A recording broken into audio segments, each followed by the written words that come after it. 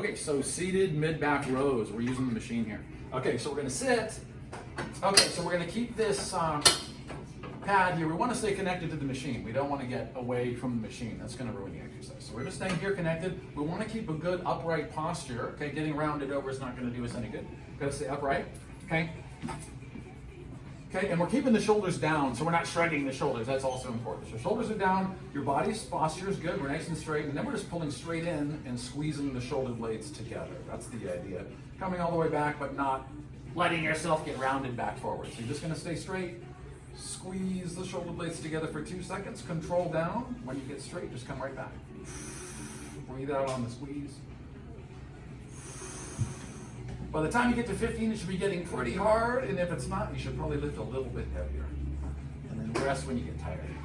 Okay, so wide grip pull down. Okay, so what we're trying to do, we're changing the vector of pulling. So we started with the mid-back row, pulling from this direction, we're just gonna work the muscles of the mid-back. Now we're pulling in a downward area. We're not pulling from this area. Totally different, but it's still a pulling exercise. Okay, so wide grip pull downs.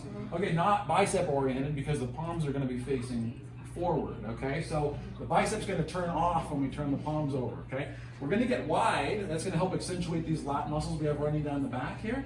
Okay, so coming out wide, we don't wanna keep our hands on the top. Let's use this right along the bending area here. This is just gonna mimic a pull up, a wide grip pull up, okay? What we're doing here, we're sitting down. Same thing, we want good posture, okay? And I'm just gonna lean back just a tiny bit so the bar doesn't hit me in the face, okay? And then we're gonna pull this down to the chest bone. Same idea, you're trying to squeeze the shoulder blades together, okay? Okay, so tricep bench dips. Okay, so we're working the muscles on the back of the arm, the tricep muscle group here. Okay, so what we're gonna do, we're gonna sit on this unsegmented part of the bench. Okay, we're gonna sit, palms are flat on the bench here. We're gonna bring the feet out just far enough to come off the bench, okay? So your feet are staying flat, knees are together, feet are together. Your body should be connected to the bench. And what I mean by that is as you come down in the dipping motion, posture's good, your eyes are up, you're not folded forward, eyes are up, you're coming down, my body is touching the bench as I'm sliding down. Not friction, but we're getting some contact there. Down as low as you comfortably can, squeeze the triceps at the top. So we're locking the arms at the top, that's really important. Control down, breathe in. Squeeze. You want to hold that squeeze for 2 seconds. That's going to bring you the muscle tone you're looking for. Is accentuating that squeeze. It's just like flexing, okay? Same kind of thing. We're flexing at the top, squeezing, locking, just like so. Keeping the feet flat on the ground, and when you get tired on this one, just bring one foot underneath you, pop yourself back on the bench. Okay, so shoulder press machine. Okay, so we're focusing on the deltoid muscles and the rotator cuff muscles of the shoulder. Okay, so primarily with overhead press, we're trying to build the strong muscles of the shoulder. Deltoids are muscles on top.